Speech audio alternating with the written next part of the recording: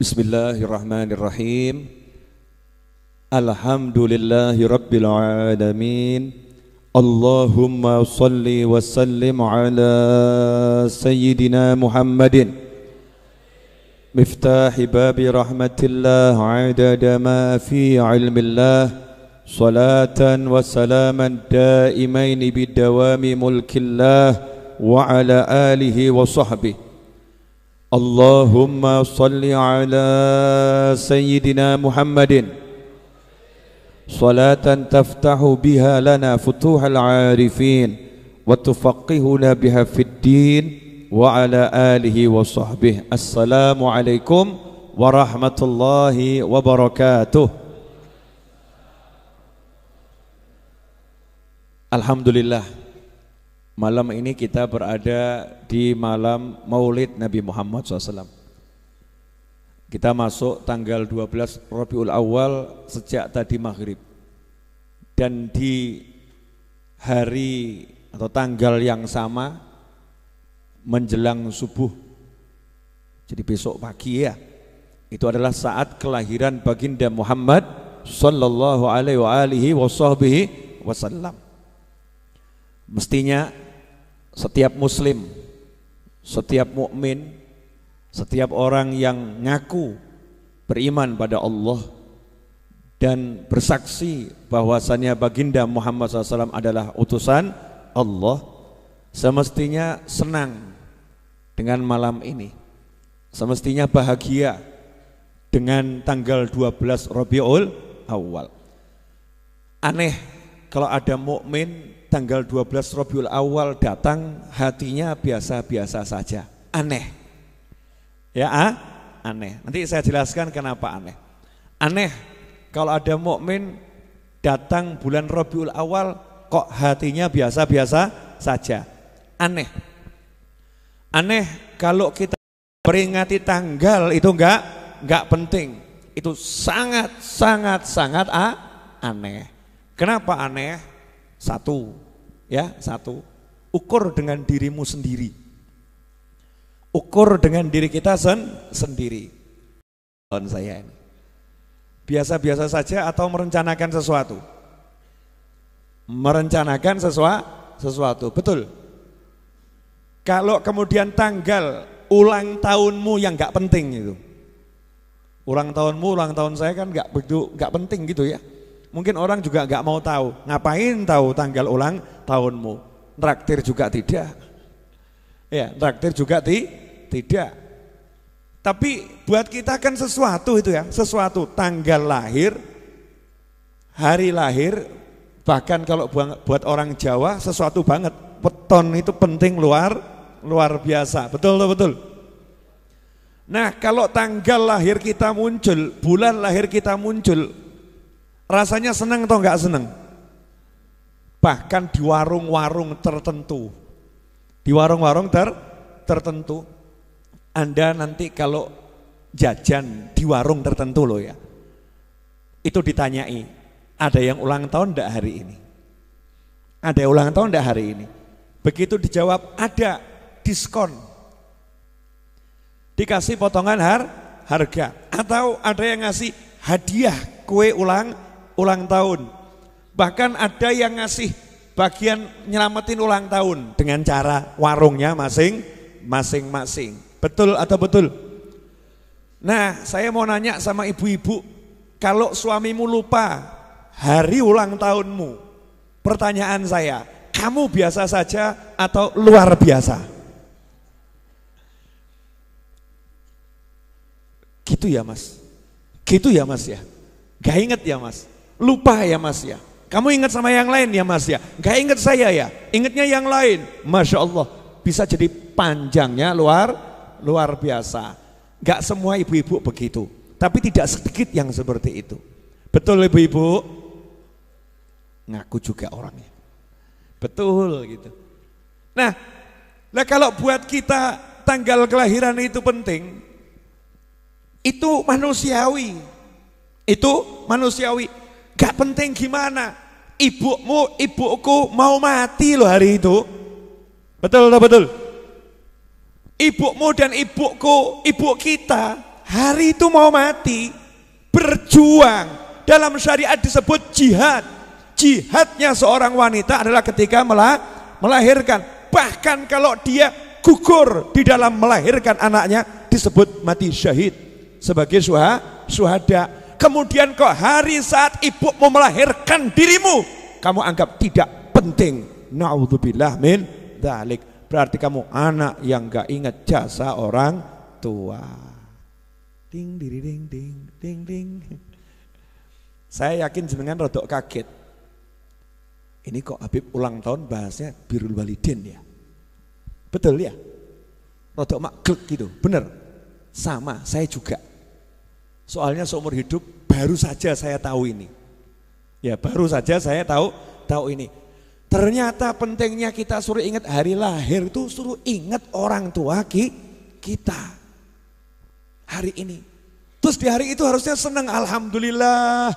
Hari itu ibuku bahagia. Alhamdulillah hari itu ayahku bahagia. Alhamdulillah hari itu banyak yang bahagia. Terus kita kenang, tasyakur, syukuran. Maka itu sesuatu yang oke-oke saja, baik-baik saja. Makanya Nabi Muhammad sallallahu alaihi wasallam tidak pernah melupakan hari kelahirannya, tidak pernah melupakan. Rasulullah nggak pernah melupakan. Nah kalau Rasul nggak pernah melupakan, kok kita melupakan? Ya namanya aneh-aneh, sangat aneh, anehnya luar biasa. Ya, Mas Roni, ini yang sound yang kanan ini dimatikan aja. Hooper yang kanan atau yang mana Mas Roni? Tolong Mas Roni ke depan sini. Yang kanan tuh dicabut aja itu. Lanjut ya. Ya, gangguan suara itu bisa mengganggu pengajian. Di biskop katanya kalau suaranya nggak enak, ada yang main handphone, satu gedung terganggu, betul? Nah itu namanya yang nonton biskop khusyuk, yang nonton biskop khusyuk. Nah kalau di majelis ini telinga kita terganggu sama suara nggak enak, berarti yang dengarkan majelis khusyuk. Tapi kalau dengar suara nggak enak biasa-biasa saja, berarti semua ngelamun. Ya semua ngelamun. Na'udzubillah min dzalik. Ikhwani rahimakumullah. Saya lanjut ya. Jadi ketika hari lahirnya Nabi Muhammad SAW, Rasulullah tidak pernah melupakan hari tersebut. Bahkan Allah Subhanahu wa taala merencanakan, menakdirkan, menentukan, menetapkan di tahun kelahiran Nabi Muhammad SAW harus bisa diingat oleh manusia di seluruh alam raya sampai kapanpun juga. Sampai kapanpun juga. Contoh, saya mau nanya pada yang laki-laki di sini dulu, boleh ya? Kamu nikah, biasanya ingat atau lupa sama tahunnya? Ya mungkin masih 5 tahun ingat, 10 tahun ingat, 30 tahun kemudian mulai ingat-ingat, ingat harinya, bahkan ingat. Kapan dia harinya? Mulai lupa itu hari nikahnya itu lupa. Kapan dia saya nikah? Lupa. Tapi kalau kamu nikah pas ada gunung meledos gitu. Ada gunung meledos itu bahasa Jawa. Bahasa Indonesia gunung meletus. Ada gunung meletus. Dan gunung meletus ini letusannya terbesar di dunia. Seluruh dunia tahu. Maka kamu bisa ngomong sama anak cucumu, ya Simbah Rabi pas gunungnya meledos. Betul kan ya? Gunungnya meletus. Teringat, jadi sesuatu yang mudah diingat. Allah Subhanahu wa taala menetapkan tahun kelahiran Nabi tidak boleh dilupakan. Saat itu belum ada penanggalan. Penanggalan. Maka Allah buat satu peristiwa. Memang peristiwanya nggak enak. Orang-orang jahat dipimpin Abrahah mau menghancurkan Ka'bah. Berangkat ke Mekah, parkir dengan pasukan gajah yang luar biasa di Arafah. Berangkat ke Mekah, parkir di Arafah, padang Arafah yang luas. Nah, kemudian berencana, berniat dan bertekad menghancurkan Ka'bah. Maka saat itu warga Mekah menyingkir dari kota Mekah, naik ke atas gunung. Harta-harta mereka yang berupa hewan ternak dirampas sama Abrahah, dikumpulkan di Arafah. Saat itu Sayyiduna Abdul Muttalib, kakek Nabi Muhammad sallallahu alaihi wasallam, yang usianya udah sangat tua. Ya, usianya udah sangat tua. Datang ke saudara-saudaranya, orang satu kampungnya, satu kotanya, diajak semua untuk menghadap Abrahah. Yuk ikut saya datangi Abrahah, minta kembali hewan-hewan ternak kita yang dirampas. Semua nolak. Sepuronipun ingkang kathah, ini kalau ngadepi Abrahah mati, lebih baik hidup daripada mati. Kamu silakan berangkat sendiri. Kakek Nabi Muhammad SAW, makanya jangan nyepelekkan kakeknya Nabi Muhammad SAW. Berangkat seorang diri, yang dihadapi pasukan bersenjata lengkap dengan armada yang tiada bandingnya di masa itu. Mungkin sekarang tank-tank, ya, kemudian kapal selam, kapal-kapal perang, pesawat jet-jet tempur. Kalau sekarang ya, saat itu gajah, saudara-saudara, gajah, bukan kambing. Gajah bukan kuda, bukan gajah. Dan gajahnya bukan gajah yang kamu loncat bisa dinaikin, enggak. Gajah yang gede-gedenya luar biasa. Raksasa itu gajah.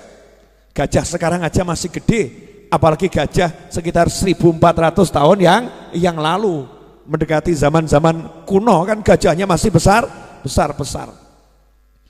Datang ke situ Sayyiduna Abdul Muttalib seorang diri. Abrahah dengar pemimpin Quraisy datang menghadap. Maka Abrahah yang duduk di kursi singgasana langsung turun ke karpet, duduk di samping kakek Nabi Muhammad SAW. Kenapa? Gemeter. Sopo wong siji iki? Siapa satu orang ini kok bisa membuat saya gemeter? Duduk di samping kakek Nabi Muhammad SAW, kemudian nanya, kamu kesini ngapain? Ternyata jawabannya di luar dugaan. Mau minta 200 ekor unta saya yang kamu sita. Loh, kamu tidak mau membela Mekah? Kamu tidak bela bangsamu, enggak bela negaramu? Enggak. Ya jelas sudah ngitung tuh ya. Masa mau bela negara sendiri lawan pasukan perang besar ya mesti mati kan ya? Enggak. Kakek Nabi kan pinter. Enggak, saya enggak akan bela negara saya. Kenapa enggak akan bela negaramu? Kenapa enggak akan bela Mekah? Mekah ada yang punya yang akan membela. Nah, saya mau membela unta saya saja. Unta saya milik saya. Kore ini. Bawa sini unta saya. Bawa sini unta saya. Maka saat itu, ya saat itu Abrahah gentar, kemudian balik nanya lagi. Ada yang jaga itu Mekah? Ada. Siapa yang jaga? Allah Subhanahu wa ta'ala. Allah nanti yang akan menghalau kamu. Maka Abrahah ngomong, ya coba saja Allah suruh halau saya. Katanya Sayyidina Abdul Muttalib, ya udah kamu lihat urusanmu dengan Allah. Bawa sini ontaku. Ontanya 200 dikasihkan. Masya Allah. Ijen, wani awakmu. Ya, sendiri bawa 200 ekor ontanya. Abrahah marah, ya marah. Maka gajah-gajahnya disuruh jalan sampai Wadi Muhassir, lembah Muhassir. Itu gajahnya mogok karena gajahnya paham kui Mekah gak sido. Gajah itu walaupun gak punya akal, ya gak punya akal, gak pernah mikir, mikir, tapi gajah punya hati, hanya tunduk pada Allah Subhanahu wa ta'ala. Loh, itu rumahnya Allah, Ka'bah ini tempat sujudnya orang banyak. Saya mau jadi bagian yang diajak merangi Ka'bah. Ora. Padahal yang namanya gajah kalau mati selesai masalah, betul. Diajak maksiat tidak mau. Lah kadang kita hanya karena jabatan, karena perusahaan, ya karena pertemanan diajak maksiat pekewuh. Saya kalau nggak ikut maksiat ya nggak enak, Bib. Ada enggak yang begitu? Lah bos saya lagi ngerasani, Bib. Bos saya lagi gunjing orang. Nah nanti kalau saya nggak ikut mendengarkan kan ya repot, Bib. Repot. Habib harap maklum. Masya Allah. Kiai harap maklum. Ustadz harap maklum. Saya kan harus jaga hati bos saya. Jaga hati. Masya Allah.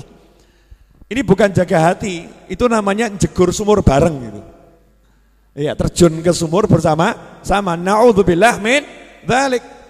Kamu kalau ada yang ngajak maksiat, kalau kamu sungkan, pekewo, gak enak hati, mohon jaga hatinya, ada caranya.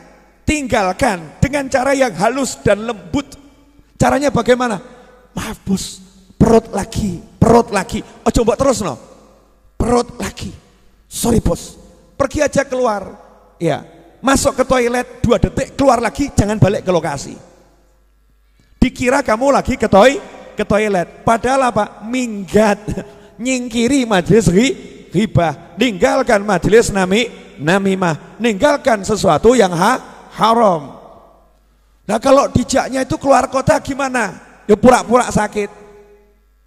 Kepala saya lagi. Lagi aja, terusannya ojo. Paham maksud saya?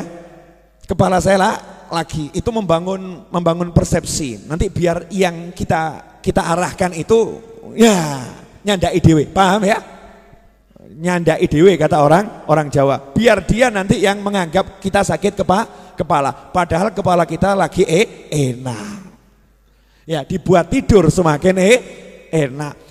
Maaf, jadi saya nggak bisa ikut. Halus atau nggak halus? Halus, bisa. Tapi Sayyidina Abdul Muttalib ini ngomongnya gagah. Silahkan kamu berangkat, silahkan kamu hadapi Allah Subhanahu wa Ta'ala. Gajahnya paham, mau aku diajak Abroha, maka gajahnya mogok, kendaraannya mogok. Bayangkan kalau jet tempurnya mogok, kapal selamnya mogok, kapal perangnya mogok, tanknya mogok, ya otomatis harus turun jalan sendiri. Abroha nggak mau turun, ini gajah harus jalan, hidungnya tusuk dengan besi panas. Kalau nggak mau nurut, gajah disiksa, hidungnya ditusuk besi panas. Gajahnya nurut sama Allah, nggak nurut sama Abroha, mati tidak jadi masalah. Tapi nggak ikut nyerang Ka'bah. Kalau kamu mikir, saudara-saudara. Kalau kita mikir, gajah siap mati. Begitu pengorbanan gajah itu tampak, maka Allah kirimkan burung ababil. Jangan kamu ikut orang-orang yang orang-orang. Jangan kamu ikut orang-orang yang orang-orang. Kemudian mengartikan burung itu dengan arti yang macam-macam.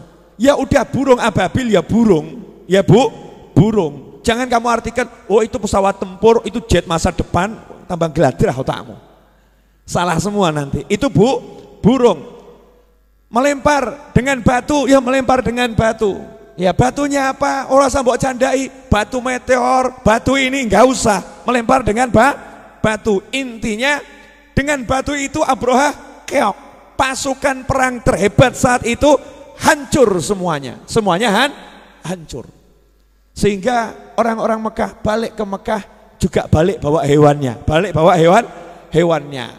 Disitulah jadi perbincangan setiap rumah, setiap nongkrong, ya, setiap ngobrol. Semua orang bilang Mekah dijaga Allah, Abroha dikalahkan sama Allah, Raja Zalim dikalahkan sama Allah. Padahal biasanya orang-orang yang tinggal di Mekah itu tidak mau nyebut Allahnya. Gak mau nyebut orang yang membantu, bahkan tidak mau. Tapi hari itu semua teriak Allah, Allah, Allah, Allah. Artinya hari itu tidak ada kemusyrikan. Semua mengesahkan Allah Subhanahu wa Ta'ala. Coba lihat nih indahnya nih. Jadi Rasul itu SAW lahir 50 hari setelah peristiwa gajah. 50 hari setelah peristiwa gajah. Sehingga masyarakat lagi hangat, hatinya masih ke Allah. Allah buat Mekah itu bersih dari kemusyrikan. Allah buat Mekah itu bertauhid saat lahirnya Nabi Muhammad sallallahu alaihi wasallam. Semuanya mengeluh-elukan Allah, Allah, Allah, Allah, Allah, Allah. Kenapa? Nabiku mau lahir, Rasulku mau lahir. Maka Allah yang buat tahunnya, tahun lahirmu tahun gajah. Masya Allah. Sehingga seluruh dunia ngerti semua. Tahun gajah langsung kepala lahirnya Nabi. Tahun gajah lahirnya Muhammad SAW. Tahun gajah lahirnya Rasulullah. Tahun gajah lahirnya pemimpin umat seluruh jagat raya. Tahun gajah, tahun gajah, tahun gajah. Tapi sayang, sekarang Muslim gak paham tahun gajah, gak ngerti tahun gajah. Bahkan anak-anak ditanya, tahun gajah itu apa? Lembu. Saya tahunya itu tahun milenial, milenium. Ya, gajah gak paham tahun gajah. Maka kita wajib mengajarkan pada keluarga kita semua, ada yang namanya tahun gajah. Itu tahun kelahiran Nabi Muhammad sallallahu alaihi wasallam. Tanggal 12 Nabi SAW lahir. Nabi lahir. Besok subuh Nabi Muhammad SAW lahir. Maka saya serukan kepada seluruh umat Islam dimanapun Anda berada, negara ini sudah menghormati hari kelahiran Nabi Muhammad SAW. 12 Rabiul Awal, hari libur nasional, libur prei. Libur itu prei, libur. Untuk apa diliburkan? Agar Anda yang bekerja besok rayakan hari kelahiran Nabi Muhammad SAW. Besok datangi langgar-langgar, datangi surau-surau, datangi tempat-tempat yang menyelenggarakan peringatan Maulid Nabi Muhammad SAW. Tunjukkan besok hari lahirnya nabimu, hari lahirnya rasulmu. Tunjukkan pada dunia, ini hari lahirnya rasulku. Biar umat Islam berasa punya nabi, berasa punya rasul. Aneh kalau rasulnya mau dihilangkan, nabinya mau dihilangkan. Naudzubillah min dzalik. Sampai di sini jelas? Mohon maaf, saya harus agak teriak-teriak. Kenapa? Satu, suara gerok alias serak. Yang kedua, karena salonnya yang untuk saya juga saya matikan. Jadi saya hanya dengar dari jauh. Ikhwani rahimakumullah. Sampai di sini udah dapat pelajaran belum? Sudah belum? Apa? Gajah. Gajahnya kenapa? Mogok. Gajahnya mogok. Kenapa mogok? Enggak mau diajak maksiat. Maka timbul satu kalimat, la ta'ata li makhluqin fi ma'siyatil khaliq. Tidak boleh taat kepada makhluk ya ketika diajak bermaksiat kepada Khaliq. Tidak boleh taat kepada siapapun kalau itu diajak untuk maksiat pada Allah Subhanahu wa ta'ala. Termasuk ibu katanya suruh taat sama suami ya Bu, istri taat sama suami kalau diajak taat. Kalau diajak maksiat wajib nolak. Bukan kemudian Habib Ustadz Kiai katanya suruh nurut sama suami. Nah ini suami saya yang suruh nyopot jilbab Beb, jadi saya copot jilbab, haram, gak boleh. Suamimu nyuruh kamu copot jilbab, kamu tetap pakai. Jangan jilbabnya dicopot. Kalau nanti suamimu maksa narik, selesai ditarik, ya di jalan kamu pakailah lagi. Kalau di rumah jangan pakai jilbab, itu kurang kerjaan saudara-saudara. Ya kecuali kalau memang ada orang lain, wajib tutup aurat. Kalau suamimu ngajak berhubungan intim kamu lagi menstruasi, haram. Tolak suamimu. Nah kalau saya diperkosa sama suami, ini pertanyaan aneh ini. Nah itu namanya kamu sudah nolak. Itu yang berdosa suaminya. Naudzubillah min dzalik. Loh kita belajar kan harus setiap faedah dipelajari, jangan lewat begitu saja. Kemudian ikhwani rahimakumullah, apa yang terjadi ketika Nabi Muhammad sallallahu alaihi wasallam dilahirkan? Apa yang terjadi? Selain tahun gajah, Maka kita harus kenal dulu 4 wanita yang mendampingi ibunya Nabi Muhammad SAW. Ada 4 wanita. Kita akan bayangkan dulu ya, biar kroso kita tuh lagi di ruang bersalin. Di ruang bersalin. Siap ibu-ibu? Bayangkan ya, rumah Nabi Muhammad SAW, rumah ayahnya Rasulullah, rumah ibunya Rasulullah. Sekarang rumah itu jadi perpustakaan Maktabah Makkah Al-Mukarramah.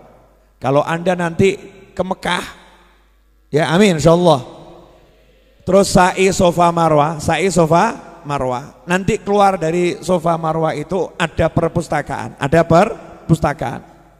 Maktabah Al-Makkah Al-Mukarramah, perpustakaan itu, itulah dulu, sekarang udah dipugar ya perpustakaan. Bentuknya dulu nggak seperti itu, tapi itulah dulu rumah Nabi Muhammad SAW, rumah ayahnya Rasulullah, rumah ibunya Rasulullah SAW. Itulah tempat lahir baginda Muhammad Sallallahu Alaihi Wasallam, tempat lahirnya Rasulullah.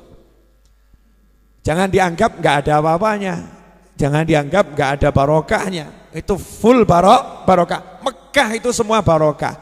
Tempat itu lebih keberkahannya, karena disitulah muncul Nabi Muhammad Sallallahu Alaihi Wasallam. Nah, di rumah yang sederhana, coba bayangkan wanita hamil 9 bulan, suaminya meninggal. Saya mau nanya sama ibu-ibu, ibu, semoga tidak terjadi pada ibu-ibu ya.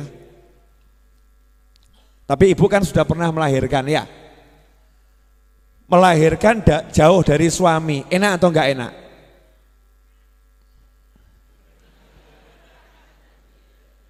Oke. Melahirkan, pertanyaannya harus diperbaiki. Melahirkan ya, tidak ada suami yang engkau cintai, suami yang engkau sayangi, suami yang engkau rindukan, tidak ada di tempat, jauh di luar pulau. Enak atau enggak enak? Nah, enggak enak, sepakat. Enggak enak ya. Begitu anak lahir, pengennya ditunjukkan ke siapa ini?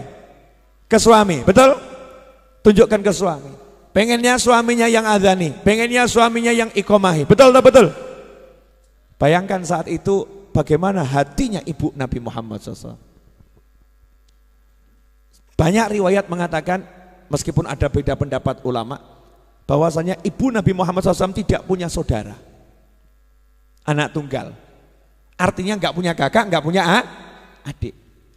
Ibunya Rasulullah. Berarti nggak ada yang bisa diajak untuk apa ya? Mudoroso ya. Mudoroso itu sama curhat agak beda. Mudoroso. Nggak ada yang jadi teman bicara yang enak, itu nggak ada. Mau ngomong sama kakaknya nggak ada. Mau ngomong sama adiknya nggak ada. Mau ngomong sama orang tuanya udah meninggal, mau ngomong sama mertuanya juga enggak enak. Sendiri mau melahirkan, suaminya yang dicintai sudah meninggal dunia. Coba bayangkan bagaimana perasaan wanita ini yang lahir anaknya dalam kondisi mau melahirkan, butuh support, butuh dukungan, suami yang disayangi, dicintai, ayah Nabi Muhammad SAW sudah meninggal dunia. Seperti apa kira-kira rasanya itu? Sebetulnya hatinya nggak ringan itu, hatinya berat. Sebagai wanita ya, hatinya berat. Tapi ibu Nabi Muhammad SAW dihibur oleh Allah Subhanahu Wa Taala, didatangi malaikat, dikasih tahu kamu lagi mengandung seorang pria yang merupakan pemimpin para rasul. Kakeknya Nabi Muhammad SAW sudah dikasih tahu bahwasanya cucumu ini nanti namanya Muhammad. Cucumu akan jadi orang besar, mimpin seluruh jagat raya. Maka hari itu di rumah yang sederhana ada 4 wanita yang menemani ibunya Nabi Muhammad SAW. Siapa 4 wanita itu? Yang pertama adalah Ummu Aiman radhiyallahu ta'ala anha. Ummu Aiman merupakan budak warisan dari ayahnya Nabi Muhammad Sallallahu alaihi wasallam, budak perempuan. Tapi budaknya keluarga Nabi itu lebih senang jadi budak daripada dimerdekakan. Ya, kan ada orang-orang yang lebih senang tetap jadi pembantu walaupun gak dibayar daripada dipecat. Ya, saya lebih senang jadi pembantu jenengan walaupun gak usah dibayar. Saking baiknya majikannya. Saya tetap mau jadi karyawan Anda walaupun gak digaji. Saking baiknya majikannya. Nah sama itu begitu pula Ummu Aiman, gak pengen keluar dari lingkaran keluarga Nabi Muhammad Sallallahu alaihi wasallam. Ummu Aiman ada di situ.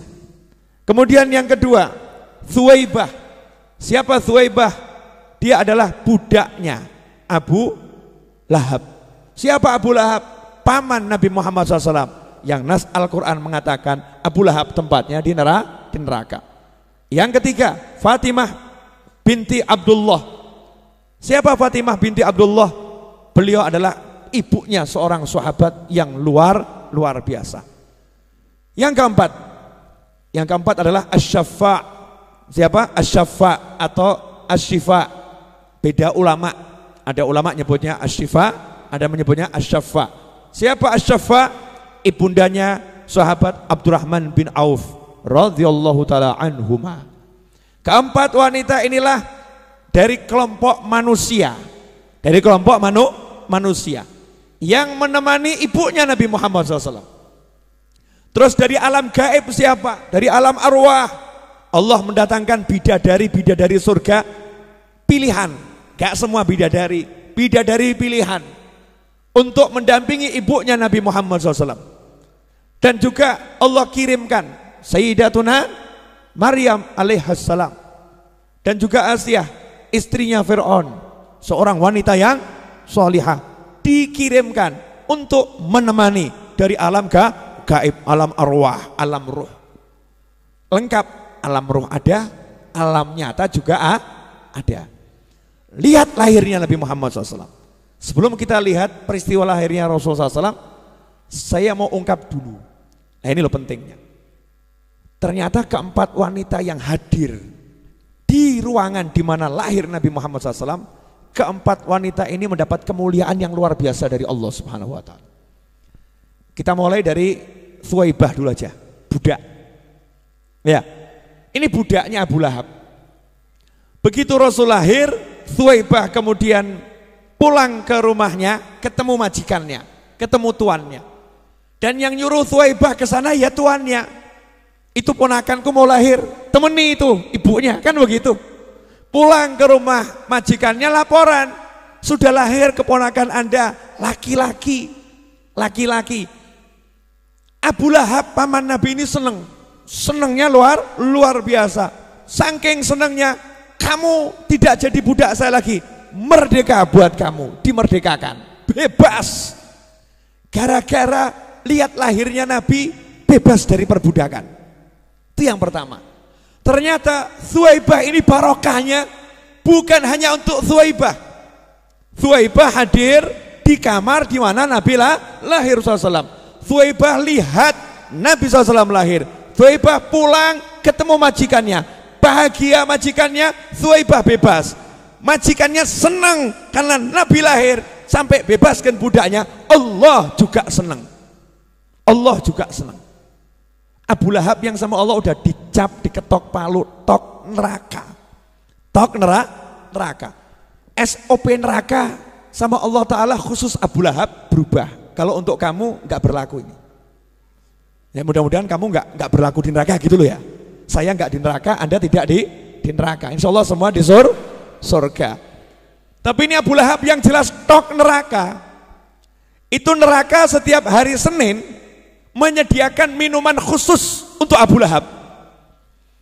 Jadi Abu Lahab di neraka itu diservis hari Senin. Ojo nggumun awakmu. Hari Senin Abu Lahab di neraka dilarang minum yang gak enak.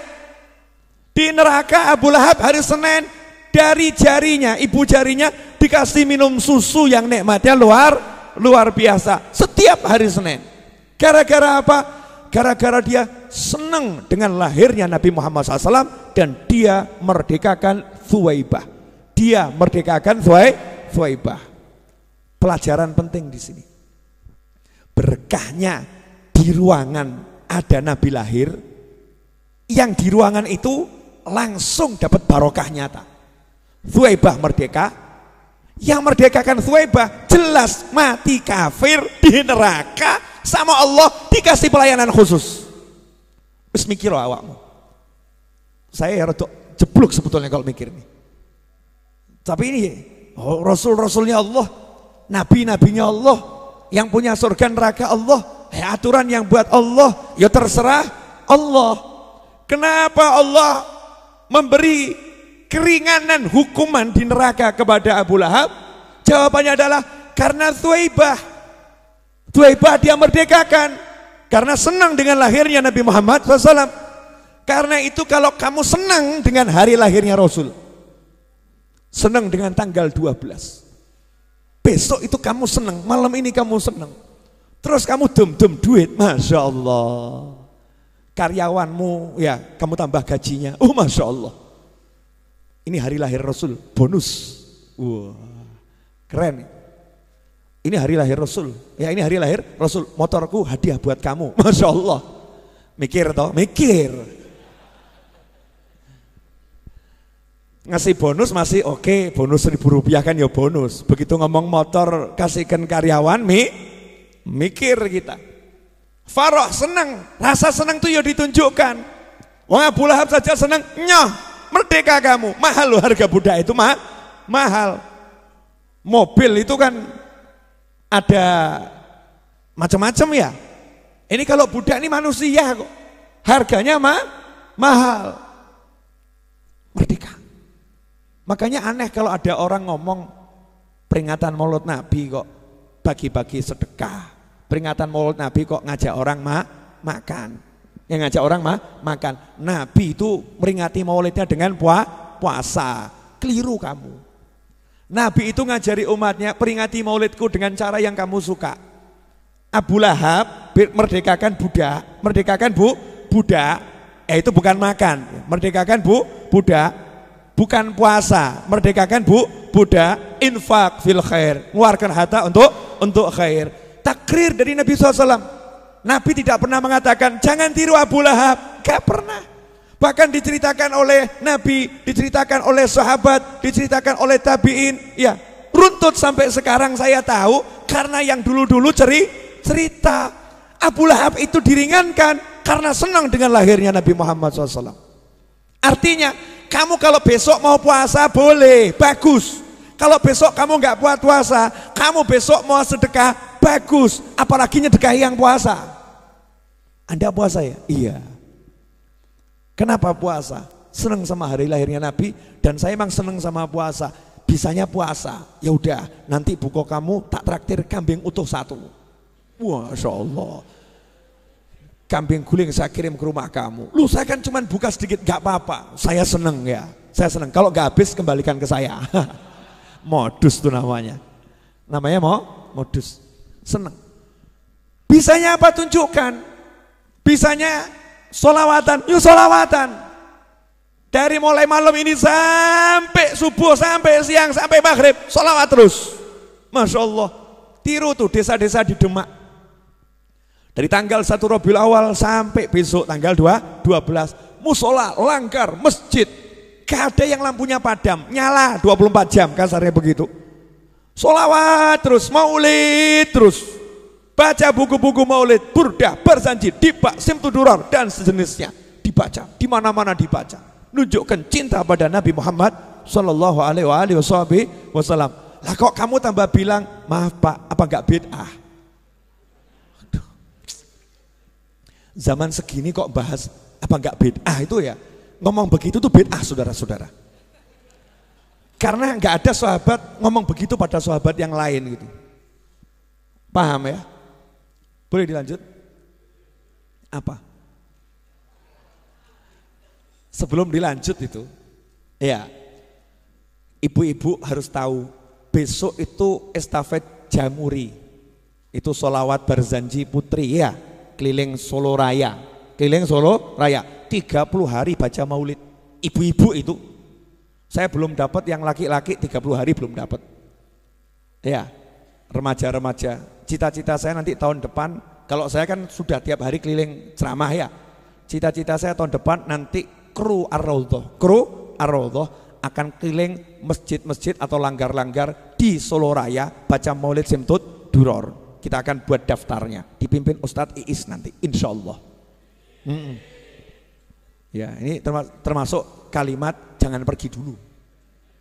Tahun depan masih ada tuh tugas, alias ojo rabisik ngono ya. Ya Win ya. Boleh dilanjut? Yang bisa sholawat, sholawatan. Yang bisa sholawat, sholawatan. Yang bisa ngasih makan, ngasih makan. Besok ada estafet jamuri di sini. Ada estafet jamuri jam 1 khusus perempuan ya. Yang laki jangan hadir, kecuali Anda termasuk cross hijaber. Wow, ngeri, nggak boleh itu. Nggak boleh. Laki nyamar jadi perempuan. Naudzubillah min dzalik. Kelihatannya ada yang pernah nyamar nih ya. Ikhwani rahimakumullah. Jadi estafet jamuri di sini besok itu entah 1.500 2.000 perempuan putih semua. Ya perempuan putih semua. Saya ketiban enak. Kenapa? Gak ikut repot, siapkan tempat, siapkan snack, siapkan makanan, iya kan? Siapkan minuman, ganjarannya tak pe. Pas tanggal 12, ya Habib Novel akan jor-joran gitu, kasarnya kan jor-joran. Keluarkan duit, untuk apa? Ngasih makan 1.500 orang untuk peringatan Maulid Nabi Muhammad SAW. Lah kamu traktir temanmu aja mikir, kalkulator. Besok traktir suaminya, traktir istrinya, traktir anaknya, aja anaknya keluar biar paham. Nah, masuk ke warung paling enak di kota ini. Ngapain? Ulang tahun Kanjeng Nabi Muhammad SAW. Wah, ada yang nyerteluk, Kanjeng Nabi kok diulang tahun nih, bid'ah bib. Masya Allah. Aduh. Ini kok wajah-wajah bahagia kenapa ini? Besok itu ulang tahunnya Rasulullah SAW. Jadi kamu traktir, mewakili Nabi, traktir fuqara wal masakin, buat traktir agnia, yang kaya juga kamu traktir. Wong sugih pilih ono. Pak, Bapak sugih, iya, mau saya traktir Pak. Rumah makan terbaik yang Bapak pengen. Kenapa? Hari lahirnya Nabi, saya pengen bayarin Bapak. Izin mesti dai. Pasti malu dia. Pasti malu. Wujudkan itu, tunjukkan. Punyanya duit, punyanya ilmu, punyanya solawat. Negara punyanya hari libur, kasih hari libur nasional. Bahkan diserukan tanggalan peringatan Maulid Nabi. Lah kamunya nggak nyambut, tambah ngorok neng omah. Alhamdulillah hari libur turu, masya Allah. Aduh, nggak cetho, nggak jelas ini. Banyak yang tersindir ya. Habib, kenapa Majelis Ar-Raudhah tidak buat peringatan Maulid Nabi tepat tanggal 12 Rabiul Awal di Majelis Ar-Raudhah? Kenapa? Jawaban yang jelas adalah karena setiap tanggal 12 Rabiul Awal di Pasar Kliwon itu sudah diselenggarakan peringatan Maulid Nabi di Masjid Jami' As-Segaf. Maka saya menyarankan semua orang yang memang sekitar Solo pengen peringatan Maulid Nabi bergabung ke Masjid Jami' As-Segaf. Begitu kami para habaib diajarkan, bukan saing-saingan tapi saling mendukung. Kecuali kalau jamnya beda. Kenapa enggak malam Habib? Malam di kampung-kampung sudah banyak yang buat peringatan Maulid Nabi. Ya, di tanggal itu. Habib buat enggak? Saya buat. Di mana? Di pengajian yang saya datangi. Kan keliling tuh ya. Terus di sini pas estafet jamuri, saya buat niatnya juga peringatan Maulid Nabi tapi nunut. Ya, dengan gerakan yang sudah ada, tinggal dukung. Kan enak.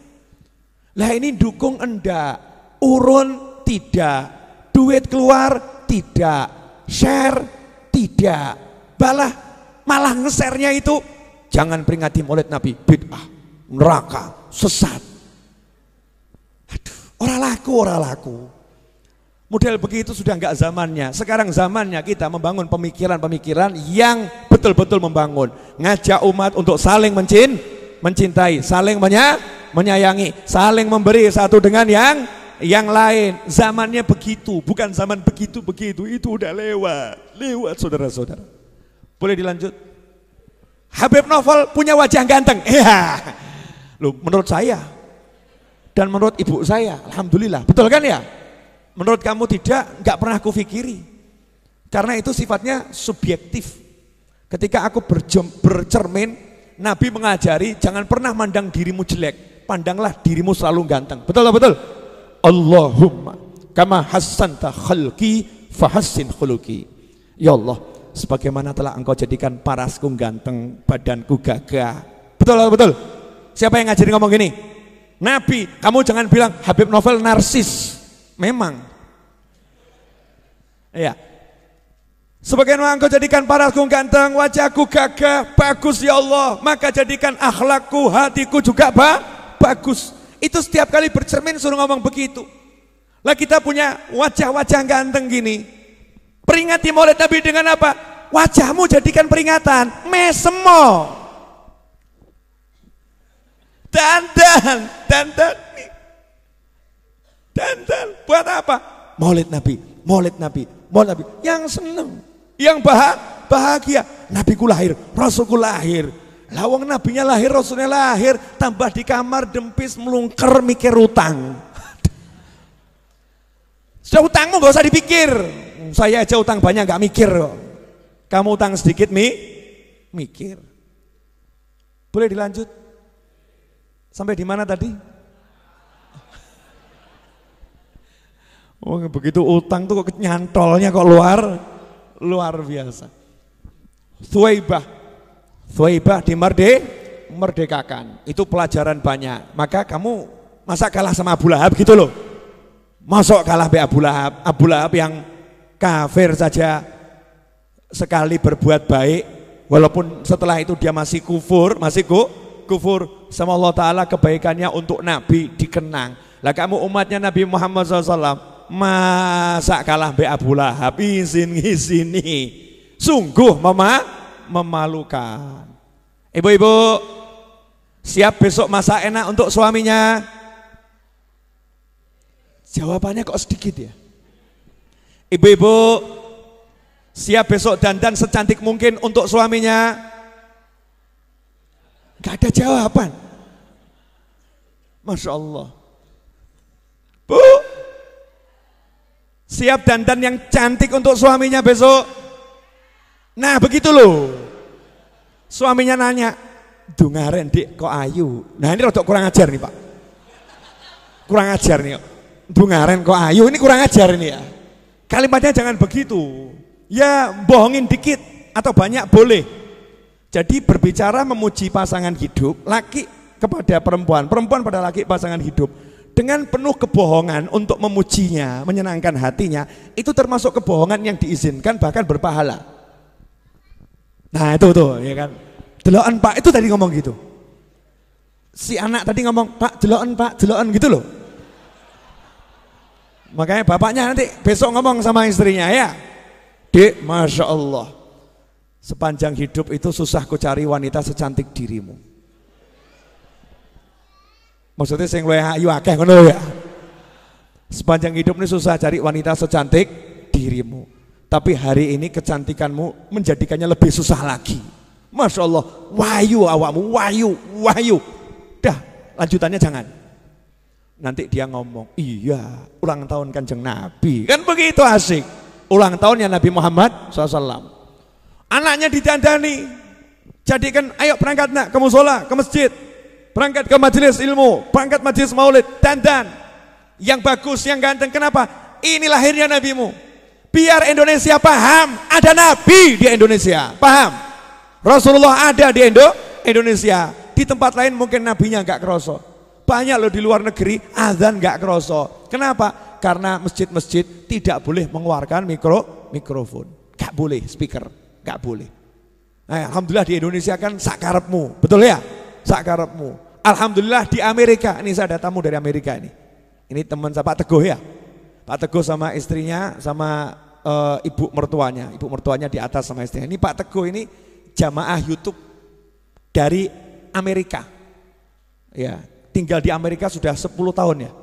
11 tahun tinggal di Amerika, di Atlanta. Ngasih tahu sama saya, di Amerika sekarang Beb ada satu wilayah Detroit. Detroit itu sudah wilayah muslim.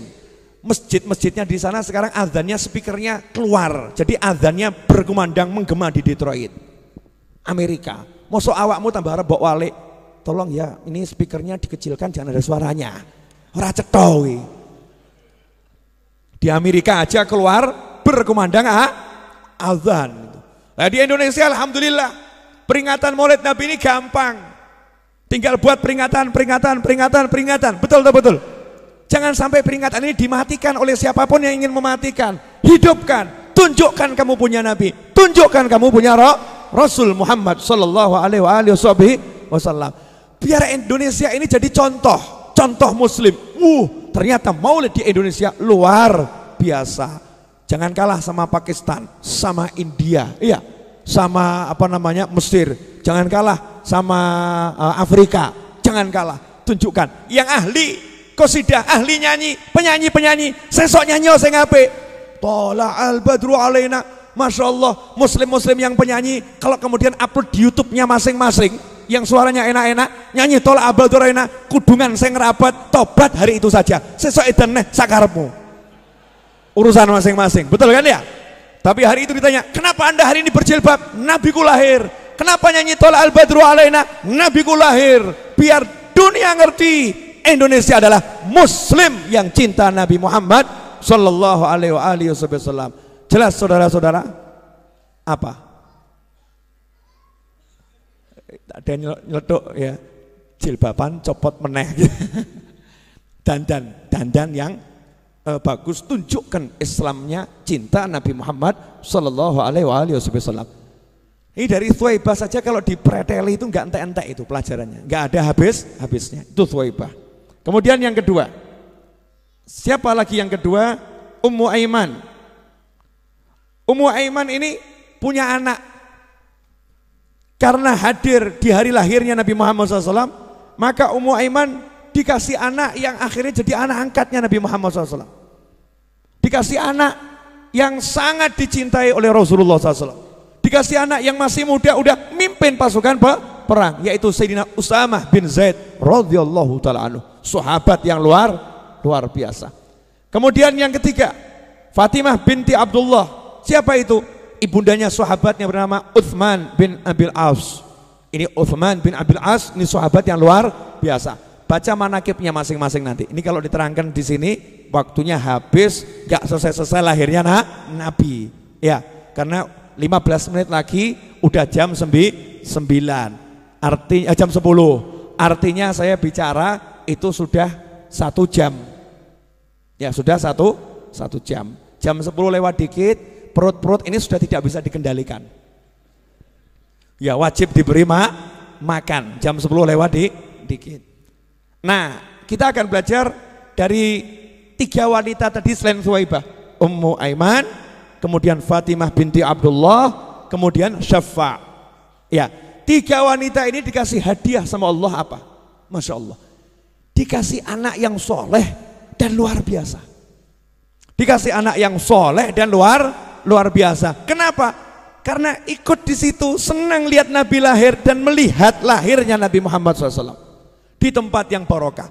Di sini ada pelajaran, kalau kamu datang di tempat yang barokah, ketemu manusia yang barokah, berkahnya itu akan mengalir. Berkahnya akan mengalir, bukan cuman ke dirimu, sampai nanti ke anakmu. Sampai ke anakmu. Makanya kalau kita ini pengen anak kita dapat berkah, kalau pengen cucu kita dapat barokah, pengen anak kita jadi anak yang soleh dan solihah, kita hadirlah di tempat-tempat yang barokah. Hadir di tempat misalnya pengajian, hadir di tempat di situ ada sholawatan, hadir di tempat di situ ada qiraatul Quran, hadir di tempatnya orang-orang soleh, ziarah kepada orang yang hidup maupun sudah meninggal dunia dari kaum solehin. Di situ ada barokah. dan datangi tempat-tempat yang mulia yang di situ ada keberkahan besar. Mekah, Madinah, tempat lahirnya Nabi, ya tempat lahirnya Nabi. Bib, emang kita disyariatkan datangin tempat lahirnya Nabi? Wah, nih. Kalau bab disyariatkan tuh berarti apa namanya? Jadi ibadah ya. Betul? Oke, saya jawab. Masih ingat peristiwa Isra dan Mi'raj? Ingat? Nabi disuruh kemana? Bethlehem. Apa kata Jibril? Sholihuna, sholatlah di sini. Suruh sholat di Bethlehem. Kenapa disuruh sholat di Bethlehem? Jibril mengatakan alaihissalam, ini tempat lahirnya Isa. Nabi disuruh mendatangi tempat lahirnya Nabi Isa, bahkan disuruh sholat di situ. Kenapa nggak langsung ke Masjidil Aqsa? Kenapa nggak langsung ke Masjidil Aqsa? Jangan lupakan tempat-tempat yang barokah. Datangi di situ. Datang di situ. Makanya kalau kamu pergi ke Tebu Ireng misalnya, itu kan tempatnya wali, tempatnya Mbah Hasyim Asy'ari. Datangnya ke sana aja udah barokah. Datangnya udah barokah. Saya kemarin sebetulnya ditawari untuk masuk ke kamarnya Mbah Hasyim Asy'ari. Cuman karena waktunya yang belum bisa. Waktunya buat saya yang belum bisa. Apalagi rampung pengajian dikeroyok sama santri-santri Tebu Ireng yang haus barokah. Haus barokah, Masya Allah. Santri-santri yang luar biasa, cinta sama para habaib. Ini bukti kalau guru-gurunya didiknya betul, didiknya luar biasa. Saya itu mau dipegang, dikawal sama ustadz-ustadznya Tebu Ireng. Kalau nggak dikawal ustadz-ustadznya Tebu Ireng, saya udah jadi areng, saudara-saudara. Maksudnya jadi areng itu sudah mungkin dicium sana, dicium sini, bukan lagi merah, karena yang mencium adalah laki-laki. Ireng, saudara-saudara. Sampai dipegang kaki saya, ditarik, pegang kakinya, dipegang ininya, Masya Allah. Padahal aku lanang, sing nyekel yo lanang. Laki ketemu laki. Gara-gara apa?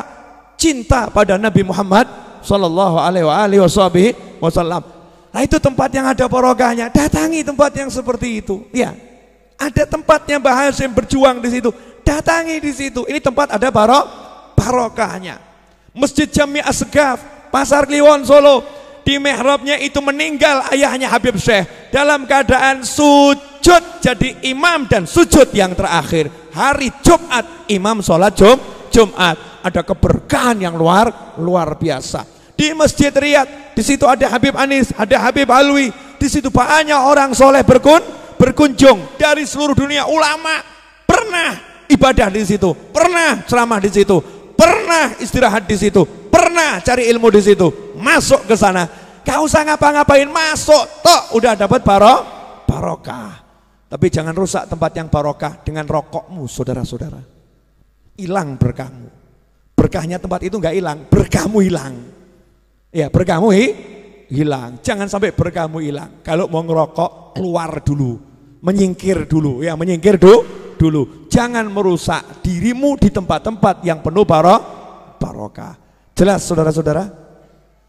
Dikasih masing-masing anak-anak yang soleh, anak-anak yang luar biasa. Saya mau nanya sama bapak ibu, saya kan udah jadi bapak, ibu udah jadi ibu.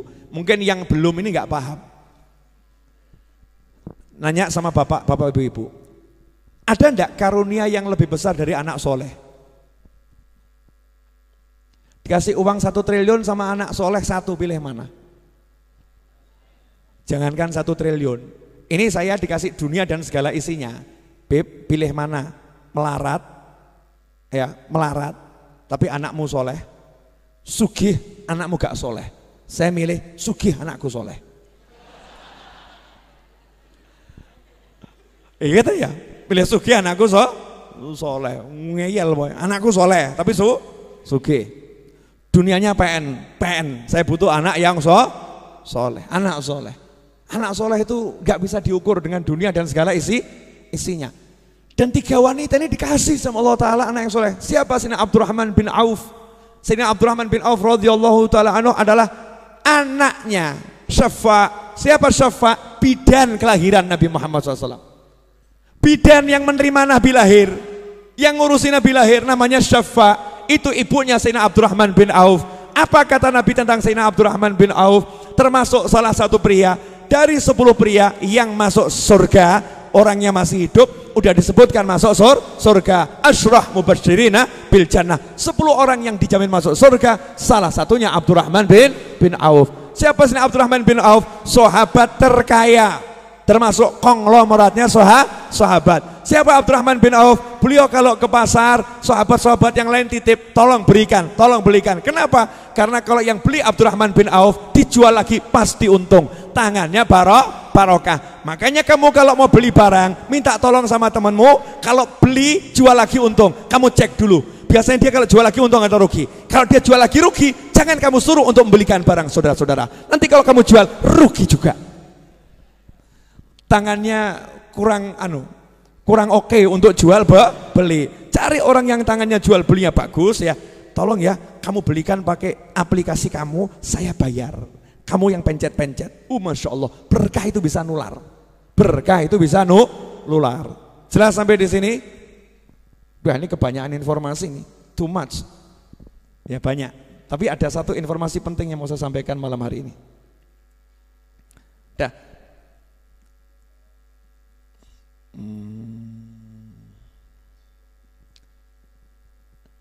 Ini hadisnya banyak, ya, riwayat Imam Ahmad ada, kemudian banyak ya, banyak hadis dalam riwayat-riwayat yang sahih. Saya mau ambilkan satu saja dalam bahasa yang udah saya ringkas. Nanti Anda yang gak puas sama ringkasan saya, belajarlah hadis-hadis tentang saat kelahiran Nabi Muhammad SAW. Dan itu ijma ulama, gak ada yang sanksi, gak ada yang meragukan. Semua sepakat. Ketika Nabi Muhammad SAW itu lahir, ini yang mau saya bahas ya, satu ini saja. Begitu Nabi lahir, seperti yang baca di Maulid Simtuduro dan maulid-maulid yang lain tuh ya, dikatakan Nabi lahir dalam keadaan sujud, kemudian dengan pandangan yang melihat ke arah langit, sudah tali pusarnya sudah bersih, sudah diputus dan sudah berkhitan. Kemudian juga ada yang mengatakan bahkan sudah bercelak. Sambil ada yang mengatakan pula tangannya itu seperti orang yang at-tahiyat. Ya, ahad, nunjuk-nunjuk begitu. Nabi Muhammad SAW lahir. Yang menarik, dari tubuh Nabi Muhammad SAW ketika lahir itu keluar angel, bayang nona ya. Jadi ibunya Nabi itu sekitarnya satu rumah nur semua cahaya. Bayangkan dulu. Ini raudhah ini dengan lampu yang baru segini aja kan udah terang ya, terang. Kalau ini saya kasih lampu sorot 30.000 watt, kira-kira bagaimana? Kepadangan kan? Terlampau terang ya? Bisa lihat nggak kita? Nggak bisa lihat. Kita nggak bisa lihat. Nah hari itu yang muncul itu bukan lampu 30.000 watt. Ini anehnya nih.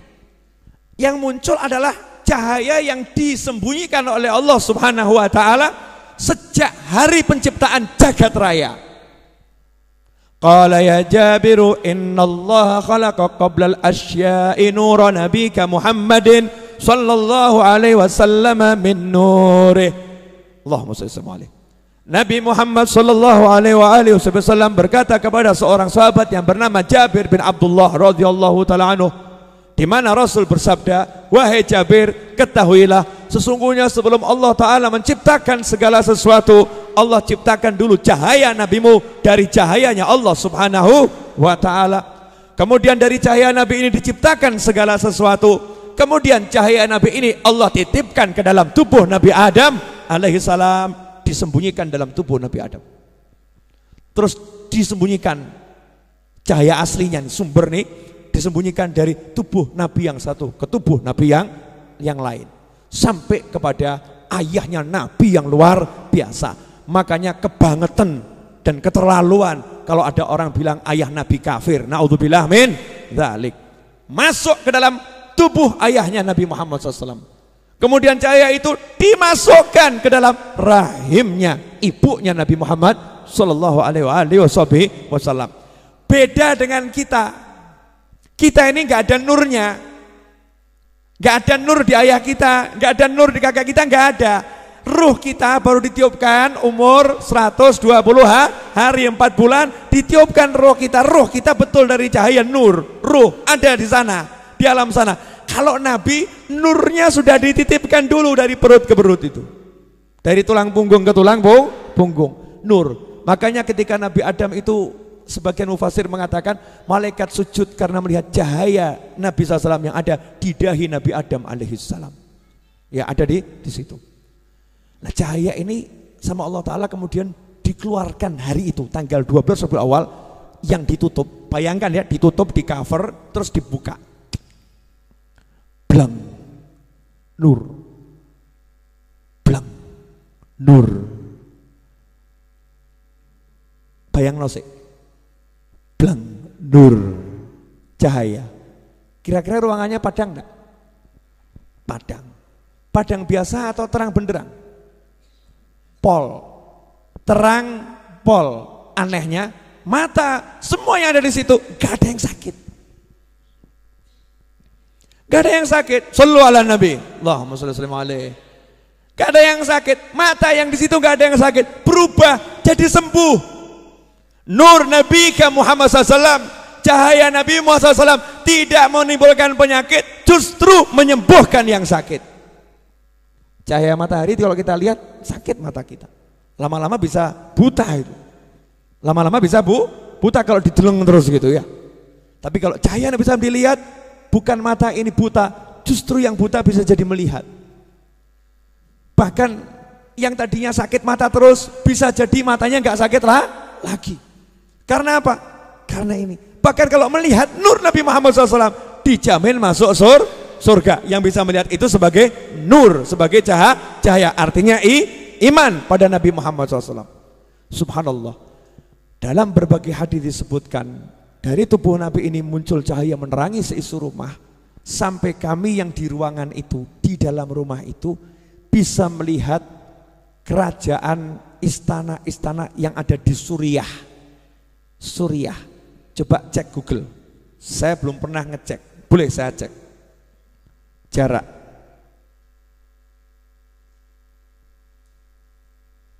Jarak dari Suriah Mekah berapa kilo kira-kira? Berapa kilo dari Suriah ke Mekah? Ada yang udah dapat? Iya, 2007,3 km. 2000 kilo. Mekah Suriah 2000 kilo. 2000 kilo itu berarti Jakarta mana? Jakarta Solo kurang lebih 500. Iya. Hah? 2 kali Pulau Jawa, ya, kurang lebih. Saya nggak pernah ngukur Pulau Jawa. Ya, kurang lebih 1,5 atau 2 kali gitu ya. Mikir. Saya nggak pernah nyuruh Anda mikir kecuali hari ini. Biasanya ojo mikir, kali ini mikir sih. Maaf. Kamu di Jakarta, di kamarmu di Jakarta, muncul cahaya di kamarmu, terus kamu bisa lihat Bali di depan mata. Dari Jakarta, kamu bisa lihat hotel-hotel Bali di depan mata. Artinya Bali betul-betul ada di depan mata. Kamu di Jakarta, di kamarmu, kamar kamu tutup, kamarmu bertembok. Bagaimana penjelasan? Shallu ala Nabi. Ketika Nabi Muhammad SAW lahir, itu yang terjadi. Ibunya Nabi dan 4 wanita tersebut terhenyak kaget. Kenapa? Istana-istana yang ada di Suriah kelihatan di depan mata, persis di depan mata. Bahkan itu Fatimah binti Abdullah, ibunya Utsman bin Abil As mengatakan, saya melihat bintang di langit itu turun mendekat, kelihatan dekat. Jadi bintangnya nggak turun, tapi tampak di depan mata. Sampai-sampai saya khawatir bintang itu jatuh ke pangkuan saya. Allahumma sholli alaihi. Ada enggak cahaya yang bisa tembus tembok? Ada enggak? Enggak ada. Cahaya tembus tembok, enggak ada. Matahari tembus tembok, enggak ada. Cahaya itu kalau kuat merusak, kalau kuat merusak. Matahari kalau kekuatan membakar, betul atau betul? Membakar. Ini kuat, temboknya gak jebol, tapi transparan. Gak jebol tapi transparan. Terus yang jauh, bintang yang jauh, bintang itu kan ukuran jarak yang terjauh. Bintang yang jauh tampak di depan mata. Istana Surya tampak di depan mata. Gimana cara menjelaskan ini? Alhamdulillah ada film Star Trek dan Star Wars. Film-film model begitu ya. Anda mungkin ingat yang namanya Stargate. Stargate, tahu Stargate? Melangkah pindah alam. Melangkah pindah alam. Lubang cahaya, kalau kita ngelewati pindah ke tempat yang lain. Dari sini ada lubang cahaya, sebelahnya kelihatan. Kita bisa lihat situ. Situ juga bisa lihat sini. Padahal jaraknya puluhan ribu kilometer. Itu teori. Itu teori. Ternyata Nabi Muhammad SAW sudah jadi cahaya tersebut dan sudah dipraktekkan dan sudah terbukti dan sudah ada saksinya dan ada tanggalnya, ada jamnya. Terjadi itu, Nabi menjadi gerbang mendekatkan dunia yang jauh menjadi dekat. Shallu ala Nabi. Allahumma shalli alaihi. Asik. Melangkah sekali, sebetulnya wanita-wanita yang ada di situ kalau mau itu sekali melangkah pindah Suriah. Tapi kenapa enggak mau? Lawang ada Nabi kok ngapain pindah? Nabi di sini, ini indah. Gak ada yang lebih indah. Mungkin kalau itu kamu sama saya, ono apa yuk ngangkah sih ya? Pindah. Luar biasa. Cahaya ini bisa menjadikan Rasulullah yang jauh menjadi dekat. Jauh jadi dekat. Makanya enggak gumun saya kalau ada wali, ya. Kok sekali langkah bisa sampai Mekah, sekali langkah bisa sampai Madinah, sekali langkah bisa sampai mana-mana. Beliau-beliau itu mungkin sudah dapat rahasia nur Nabi Muhammad SAW. Numpak nur, numpak cahaya, naik cahaya. Makanya ketika Nabi naik buruk gak ada masalah. Nabi naik buruk, buruk itu kecepatannya sekali melangkah sejauh pandangan mata. Gak ada masalah naik buruk. Kenapa? Cahaya naik cahaya dan kecepatan Nabi lebih cepat dari buruk. Justru Nabi itu terhambat sama buruk. Jadi aku lebih cepat. Sebetulnya saya lebih cepat, tapi demi menghargai sistem. Ya sistem. Allah tuh membangun sistem. Mau pergi harus naik kendaraan. Dan Kanjeng Nabi nggak pamer-pamer. Aku gak butuh kendaraan. Cling, ngilang, nggak ada seperti itu. Makanya para wali yang sakti-sakti itu tidak akan menampakkan kesaktiannya. Kadang tuh ya naik mobil, ya nggak tekan-tekan, ya nggak tekan. Padahal beliau sekali melangkah bisa sampai. Tapi ikut sistem. Macet ya direwangi macet.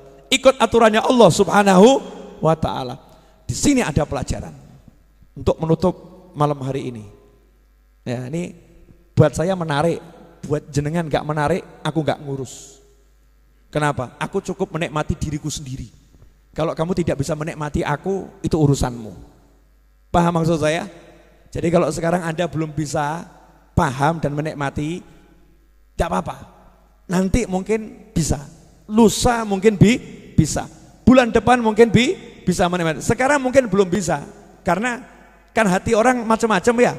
Mungkin hari ini pas lagi capek, lagi gak enak badan, ya. Atau mungkin lagi gak fokus. Tapi suatu saat lagi duduk-duduk, oh ini yang dimaksud Habib Novel ini. Mungkin pahamnya lebih dari saya. Makanya sabda Nabi Muhammad SAW, balighu anni walau ayah. Sampaikan dariku walaupun cuma satu ayat. Siapa tahu orang ketiga itu lebih paham daripada orang kedua. Saya orang pertama ngasih tahu orang kedua ngasih tahu orang ketiga.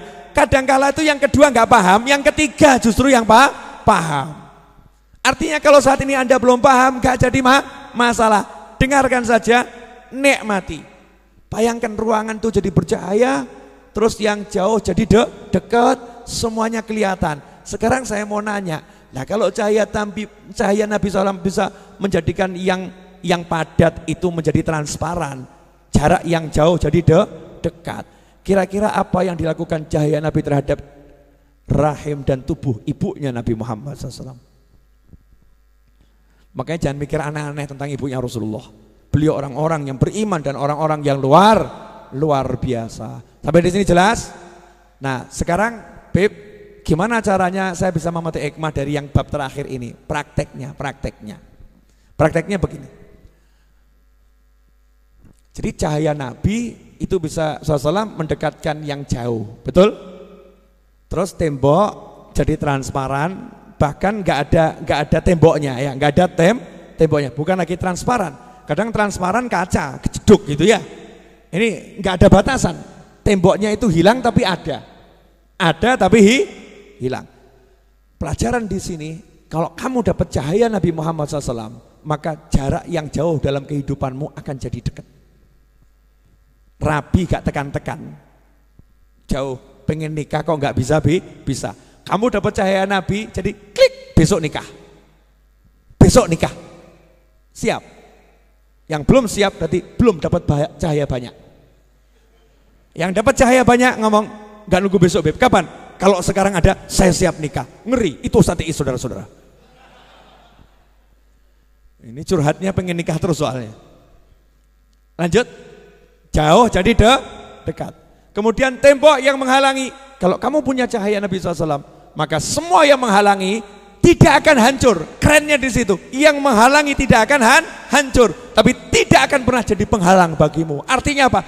Cahaya Nabi tidak destruktif, tidak merusak. Musuh tidak akan jadi musuh, tidak akan mengganggu, tidak akan menghalangi. Kamu mampu melangkahi musuh tanpa musuh terluka olehmu. Keren saudara-saudara. Allahumma sholli wa sallim alaihi. Terus caranya biar punya cahaya Nabi gimana? Gampang. Banyak caranya, tapi ada cara yang gampang. Innallaha wa malaikatahu yusalluna 'alan nabi ya ayyuhalladzina amanu sallu 'alaihi wa sallimu taslima. Allahumma shalli wa sallim alaihi. Sesungguhnya Allah bersolawat pada Nabi, sesungguhnya malaikat bersolawat kepada Nabi.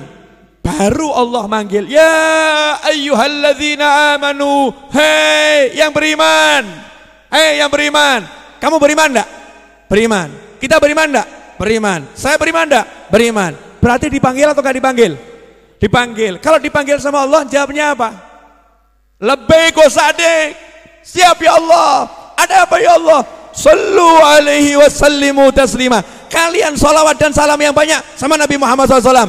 Langsung mestinya siap. Allahumma sholli wa sallim alaihi. Betul?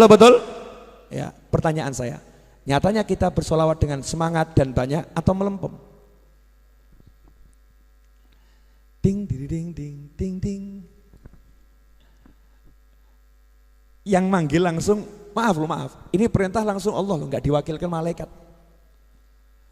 Allah nggak ngutus malaikat, terus malaikatnya bilang sama Nabi, Nabi sampaikan ke umatmu, suruh sholawat sama kamu. Enggak loh. Enggak. Artinya perintah ini langsung Allah yang turun tangan.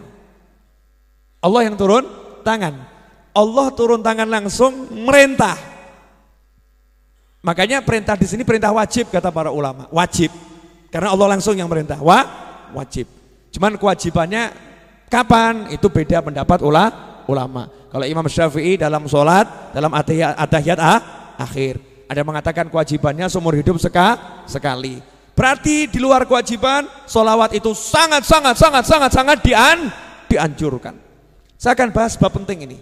Dengarkan baik-baik, karena ini juga menjawab pertanyaan orang-orang yang bertanya, karena adanya share di WhatsApp ya, yang mengatakan sholawat untuk hajat, sholawat untuk mobil, sholawat untuk motor, ya itu adalah bid'ah, itu adalah dunia. Bahkan mengutip hadis innamal a'malu binniyat faman kanat hijratu ilallah wa rasulih, siapa hijrah untuk Allah dan Rasulnya, hijrahnya untuk Allah dan Rasulnya. Siapa hijrah untuk mengambil kenikmatan duniawi, maka hijrahnya untuk kenikmatan duniawi, enggak dapat Allah dan Rasulnya. Berarti kalau ada orang sholawatan niatnya untuk punya mobil, niatnya untuk punya rumah, berarti ini niatnya dunia, berarti dia enggak karena Allah Ta'ala. Ini WhatsApp yang enggak beres ini ya. Nah, enggak usah bingung, saya akan jawab malam hari juga, singkat tuntas, insya Allah. Perlu enggak? Wani piro. Sampai kamu enggak share ini, awas kamu. Ya. Biar orang paham, karena banyak yang bingung ya. Bukan untuk muslim siapapun, tapi membuat orang yang bingung jadi enggak bingung, yang enggak paham jadi paham. Biar orang enggak dalam bimbang, enggak dalam bimbang. Sholawat itu yang merintah langsung Allah. Maka ketika kita bersolawat, kita melaksanakan perintah Allah. Konsekuensinya siapa melaksanakan perintah Allah, berarti dia bertakwa kepada Allah. Barang siapa bertakwa kepada Allah, janji Allah, yaj'allahu makhrajan wa yarzuqhu min haitsu la yahtasib. Allah akan berikan dia solusi dan Allah akan beri dia rezeki dari arah yang gak pernah dia kira, arah yang gak pernah dia sangka. Maka kalau dibalik, saya lagi ada masalah, saya lagi butuh rezeki, saya butuh hajat, caranya adalah dengan bertakwa. Salah satu cara takwa adalah dengan bersolawat. Makanya saya butuh hajat, saya kabul, saya baca solawat, berarti saya lagi bertakwa. Maka Allah Ta'ala akan mewujudkan hajat saya karena takwa saya. Kalau hajat itu duniawi, maka itu jadi akhirat karena kita kejarnya dengan takwa. Itu yang betul, saudara-saudara. Allahumma sholli alaihi. Simple. Ada jawaban yang lebih panjang. Jelas atau enggak jelas nih? Nah, terus kamu mau cari, ya semua ya cari dunia. Kamu ke pasar tuh ya cari dunia. Betul lah, betul. Kamu cari duit ya cari dunia. Tapi duitmu itu jadi akhirat karena kamu nyarinya dengan takwa. Kita pengen mobil, kita punya uang. Aku tidak akan andalkan uang. Kenapa? Aku pengen dengan takwa. Makanya mobil aku sholawatin. Biar apa? Aku andalkan takwaku pada Allah Subhanahu wa Ta'ala. Apalagi nggak punya uang. Apalagi nggak punya uang. Sabar dulu. Sebetulnya itu episode akhir ini. Kok mencolot ya? Balik dulu. Allah merintahkan sholawat sama salam, dua, sholawat sama salam. Maka sahabat mendatangi Nabi Muhammad SAW. Ya Rasulullah, kalau salam kita udah tahu, ngerti salam. Kalau sholawat gimana ya Rasulullah? Salam kan assalamualaikum, assalamualaikum udah ngerti. Kepada Rasul kan assalamualaikum ya Rasulullah udah tahu. Nah kalau sholawat gimana? Jawabannya Nabi menarik. Karena Nabi nggak pernah ngajari sholawat. Nabi nggak pernah ngajari sholawat. Jadi kalau ada orang bilang ini sholawatnya Nabi, sebetulnya nggak pas. Sebetulnya nggak pas. Karena yang ada Nabi nyuruh kita untuk minta Allah sholawat. Minta Allah sholawat. Qulu, ucapkan Allahumma ya Allah sholli, tolong engkau sholawat sama Nabi. Ya Allah tolong engkau sholawat sama Nabi. Berarti Nabi bersolawat atau Nabi ngajari kita nyuruh Allah solawat? Nabi ngajari kita nyuruh Allah solawat. Pertanyaannya, yang nyuruh solawat siapa? Allah. Yang disuruh siapa? Yang beriman, betul? Kita disuruh. Lah kita disuruh, kenapa kita kok nyuruh Allah? Yang beriman, solawat sama Nabi loh ya. Saya udah solawat sama Nabi dan terus solawat sama Nabi. Malaikat saya solawat sama Nabi. Kamu solawat sama Nabi. Ya Allah, tolong kamu yang solawat aja ya Allah. Ya Allah tolong kamu yang solawat ya Allah. Ya Allah tolong kamu yang solawat. Lah kapan kamu solawatnya? Yang ada tuh kita cuma minta Allahumma sholli, Allahumma sholli. Ya Allah tolong kamu solawat sama Nabi. Ya Allah tolong kamu solawat sama Nabi. Kita nggak pernah bisa bersolawat kepada Nabi Muhammad Sallallahu Alaihi Wasallam seperti yang dimau Allah. Makanya Rasul kembalikan, kalian minta saja Allah yang solawat, biar Allah yang solawat. Karena itu ulama mengatakan tidak ada solawat yang ditolak. Bagaimana bisa ditolak? Yang solawat Allah, masa Allah menolak Allah? Paham enggak? Enggak paham enggak apa-apa. Belum waktunya paham sekarang. Makanya sholawat itu amalan yang tidak tertolak karena al-amil huwallah, yang beramal adalah Allah Subhanahu wa taala. Kita cuman mengajukan proposal minta tolong, ya Allah, tolong kamu sholawat. Allah jawab, saya sholawat terus. Innallaha wa malaikatahu yusholluna 'alan nabi. Aku sholawat terus. Ya Allah, tolong kamu sholawat. Aku sholawat terus. Udah dijawab sama Allah Subhanahu wa taala. Makanya sholawat kita pasti sampai karena Allah yang bersolawat. Jelas? Dah. Nah kalau solawat itu solawat kita ternyata Allah yang bersolawat, ada enggak pahalanya? Ngukurnya ada enggak? Makanya untuk pahala solawat itu ya pendapat yang paling muktamad, hadis yang paling sahih. Untuk solawat pahalanya Allah yang ngatur. Siapa solawat kepadamu 1 kali, aku solawat kepadanya 10 kali. Aku bersolawat kepadanya 10 kali. Nah siapa yang bisa membalas Allah? Enggak ada. Yang bisa hanya Allah sendiri. Dan Allah enggak balas dengan surga, enggak. Yang diutamakan sama Allah, aku salawat sama dia, artinya lebih dari jannah, lebih dari surga. Allahumma sholli wa sallim alaihi. Garis bawahnya terakhir di sini. Berarti ketika kita solawat, kita disolawati Allah, betul? Nah kalau Allah yang nyolawati, Allah katanya ngasih berkah, ngasih rahmat, ngasih ampunan, betul? Tapi berkah ampunan ini enggak kita minta. Bukan kita minta berkah, kita minta ampunan, enggak. Tapi Allah yang langsung ngasih. Kamu salawat sama nabiku, aku kasih. Jadi kita nggak minta berkah, nggak minta apa-apa, kita minta Allah bersolawat, Allah ngasih kita berkah, ampunan, ngasih rahmat, betul?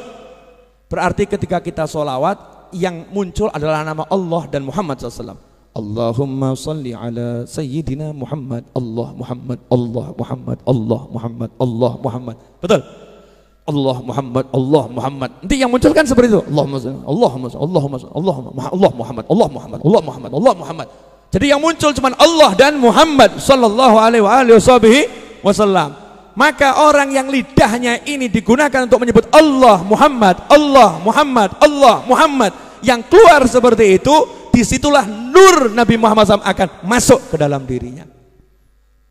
Nah begitu nur itu masuk dalam dirinya, ya sudah. Yang jauh jadi dekat, yang menghalangi tidak akan tersingkirkan, tapi tidak akan jadi penghalang. Keren. Tiba-tiba dia bisa pergi kemana-mana sehingga membuat penghalangnya kaget. Loh, kok iso ya? Loh, kok iso? Loh, kok iso?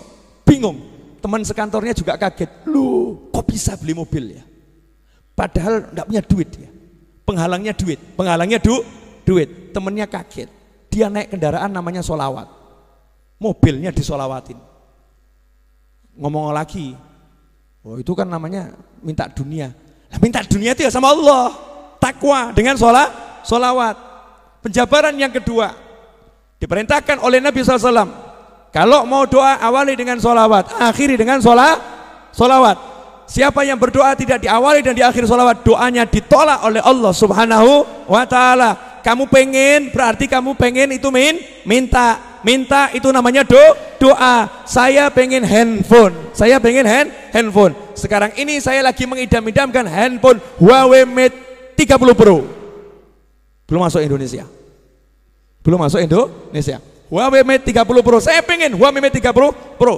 Saya lagi punya hutang tanah kurang 4 miliar rupiah, 4 miliar rupiah, itu semua ingin saya pengen A sampai Z, saya punya di hati pengen, saya minta sama Allah Ta'ala. Sebelum saya minta, maka saya kedepankan sholawat dulu, baca sholawat munjiah, baca sholawat nariyah, baca tibil kulub. Tujuannya apa? Ya Allah, ini loh sholawat, aku punya minta ini, ya Allah, wujudkan permintaanku. Itu rangkaian doa yang luar biasa. Lah kok ada orang bilang sholawat kok dipakai untuk dunia, namanya gagal paham. Jelas saudara-saudara? Alhamdulillah, mudah-mudahan Anda semua termasuk orang yang tidak gagal paham dan bisa membuat orang lain jadi paham. Makanya teman-temanku dimanapun Anda berada, jangan ragu, jangan bimbang, sholawatin apapun yang pengen kamu sholawatin. Artinya kita tawassul untuk terkabulnya hajat dengan bersolawat kepada Nabi Muhammad SAW. Alhamdulillah, 10-20 menit 23 menit. Berarti sudah 1,5 jam saya berbicara. Dan ini lebih dari yang harus saya lakukan di malam hari ini. Karena sejatinya malam ini saya tidak mau ngomong banyak-banyak. Karena besok saya harus insya Allah ceramah di Brebes, bukan Brebes ya, Jatibarang. Insya Allah di Jatibarang jam 7:30 pagi itu saya ceramah. Berarti nanti jam 1 saya udah harus bergerak insya Allah ke Jatibarang. Dan besok siang insya Allah jam 2 saya ceramah di sini di Majelis Ar-Raudhah. Dan malamnya insya Allah jam 9 saya ceramah di Yogyakarta. Dan lusanya insya Allah jam 9 pagi sampai sore saya harus ceramah di Rindu Rasul di Jakarta. Kemudian malamnya saya harus sampai di Bandung dan seterusnya dan seterusnya. Enak, naik sholawat sampai kemana-mana. Allahumma sholli alaihi. Saya tunjukkan keramatnya sholawat, mau? Nah, berkat sholawat ini Pak Teguh sampai sini, Atlanta sampai Raudhah. Ini berkat sholawat, setrumnya sholawat sampai ke Raudhah. Karena setrumnya sholawat. Loh, kalau ilmu semua orang punya ilmu, ya. Kalau kepandian semua orang punya kepandian. Tapi yang menggerakkan hati manusia hanya Allah Subhanahu wa ta'ala. Makanya kenapa ulama-ulama itu mengawali kajiannya sholawat? Kan diawali sholawat, ditutup dengan doa yang juga bersolawat. Biar apa? Biar kajiannya dibungkus sama sholawat. Kajiannya dibungkus sama sholawat. Sehingga insya Allah jadi barokah. Barokah. Terima kasih. Itu yang dapat saya sampaikan. Saya mau pengumuman.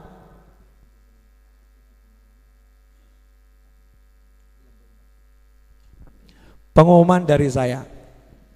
Majelis ini kan membahas kitab Arba'in An-Nawawiyah setiap Jumat malam Sabtu. Ya. Alhamdulillah untuk jilid 1 buku Arba'in Nawawiyah yang saya tulis dengan judul Telah Hikmah 40 Hadits Arba'in Nawawiyah, jilid 1-nya sudah terbit. Tapi ya untuk malam ini hanya tersedia 400 eksemplar yang tersisa. Ya, saya udah cetak ulang. Nanti saya launching 22 November insya Allah di Maulid Akbar Majelis Ar-Raudhah. Saya minta kepada teman-teman yang mau, ya, yang mau dapat tambahan ilmu, ilmu dan mau ikut andil pembangunan dan pelunasan Majelis Ar-Raudhah, beli buku itu. Ya, beli buku itu otomatis sudah nyumbang bangun majelis dan semua kegiatan Majelis Ar-Raudhah. Dan bukunya nanti jadi pegangan untuk kajian tiap Jumat malam Sabtu insya Allah. Harga bukunya kalau di Majelis Ar-Raudhah beli di sini harganya Rp100.000. Tebal bukunya 240 halaman. Ukurannya kurang lebih 15 kali 21 karena saya nggak bawa meteran ya. Dan setiap potongan kan belum tentu sama. Kurang lebih ya 14 kali 21. Kurang lebih 14 kali 21 cm ukuran bukunya. Harga bukunya kalau beli di Solo di Majelis Ar-Raudhah 100.000. Kalau minta dipaketkan maka dalam Pulau Jawa, termasuk Pulau Jawa itu Jakarta. Makanya banyak nanya sama saya, Beb saya di Depok itu termasuk Jawa atau bukan gitu ya. Beb saya di Jakarta ini termasuk Jawa atau bukan. Perlu saya jelaskan kepada saudara-saudara dimanapun Anda berada, Jakarta itu di Pulau Jawa. Jadi untuk seluruh Pulau Jawa harganya Rp120.000 sudah termasuk ongkos kirim. Dan yang untuk luar Pulau Jawa harganya Rp170.000 sudah termasuk ongkos kirim. Kalau ada ongkos kirim yang lebih atau ongkos kirim yang kurang dari itu, itulah yang saya maksud sedekah jariah satu dengan yang lain, sedekah rahasia satu dengan yang lain. Saya jadikan subsidi silang, yang lebih buat nutup yang kurang ya, yang kurang ditutup sama yang lebih. Kalau lebih lagi maka akan masuk untuk pembangunan majelis. Nah, biar nanti tanggal 22 November tidak kehabisan ya, yang di Majelis Ar-Raudhah di depan kalau masih ada, pulang nanti silakan beli.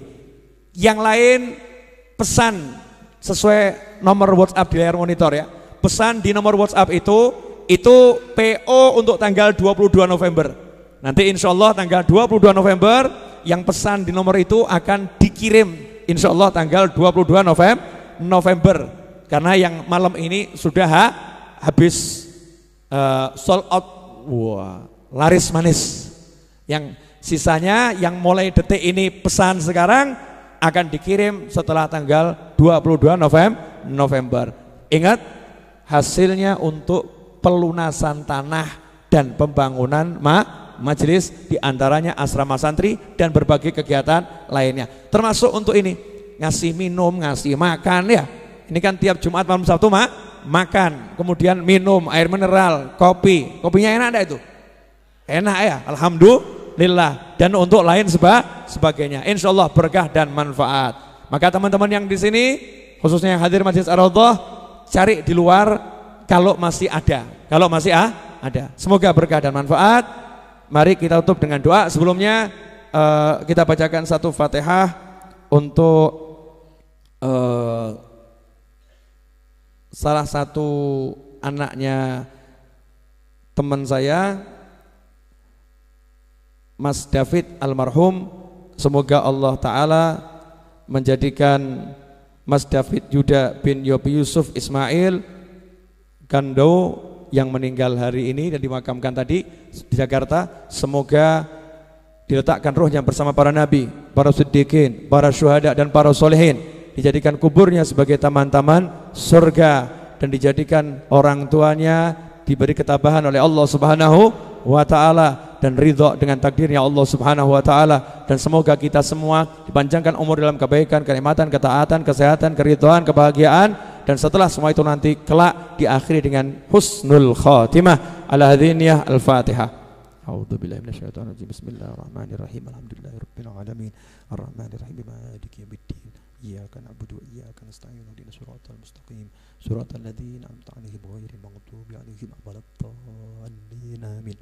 Yang kedua, tanggal 22 November saya mengundang semuanya untuk teman-teman baik yang di Solo, di Sragen, Wonogiri, Ngawi, Klaten, Boyolali, Yogyakarta, Semarang, Ungaran, Salatiga, Purwodadi, ya, Brebes, Pekalongan, Pulau Jawa, Pulau Kalimantan, Sumatera, Sulawesi, Papua, Aceh, ya, dan manapun yang belum saya sebutkan, bahkan yang di luar Indonesia, dari alam nyata maupun dunia maya, ya, alam syahadah maupun alam arwah, saya undang semuanya 22 November untuk hadir di Majelis Ar-Raudhah dalam rangka peringatan Maulid Nabi Muhammad SAW, Maulid Akbar Majelis Ar-Raudhah. Insyaallah Jumat 22 November waktu jam 8 malam sampai selesai. Tolong ajak temannya, saudaranya, kenalannya, ajak yang lain. Nanti saya akan buat selebaran via WhatsApp dan Twitter dan yang lain.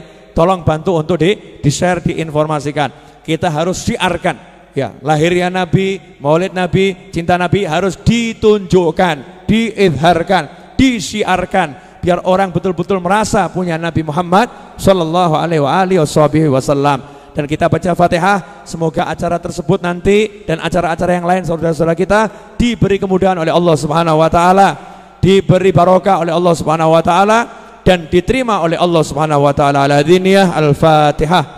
A'udzubillahi minasyaitonir rajim. Bismillahirrahmanirrahim. Alhamdulillahirabbil alamin arrahmanirrahim maliki yaumiddin. Iyyaka na'budu wa iyyaka nasta'in. Ihdinas siratal mustaqim. Siratal ladzina an'amta 'alaihim ghairil maghdubi 'alaihim waladdallin. Amin. Allahumma salli wa sallim ala sayyidina Muhammadin miftahi babi rahmatillah adada ma fi ilmillah salatan wa salaman daimaini bidawami mulkillah wa ala alihi wa sahbihi. Allahumma ij'al fi ta'atika farahi wa sururi wa fi mardatika jami'a umuri. Allahumma ya alim bihalati wa muttali' ala sarairi wa niyati iqdi jami'a hajati waghfir dhunubi wa sayyiati wa tajawaz an khati'ati wa zallati wa taqabbal jami'a hasanati wa samihni fima madha wa ma ya'ti waktubni fi diwani sadati wasluk bi sabila najati fi hayati wa mamati. Allahumma inni tami'un fi atak raghibun fi ridhak mustaslimun liqadak faktubni min awliyak wasluk bi sabila hudak wa alhiqni bi aswiyak. Wa sallallahu ala sayyidina Muhammadin wa alihi wasallam. Alhamdulillahi rabbil alamin. Sampai bertemu insyaallah Jumat yang akan datang ya. Saya insyaallah Jumat akan datang ada di Solo. Saya hanya izin di Jumat kemarin, Jumat pertama bulan Maulid. Tapi untuk Jumat kedua, ketiga dan keempat dan seterusnya insyaallah selalu ada di Majelis Ar-Raudhah. Silakan dibuat formasi 1314, disiapkan hidangannya, kita nikmati bersama-sama. Mas Teguh ke rumah saya. Wassalamualaikum warahmatullahi wabarakatuh.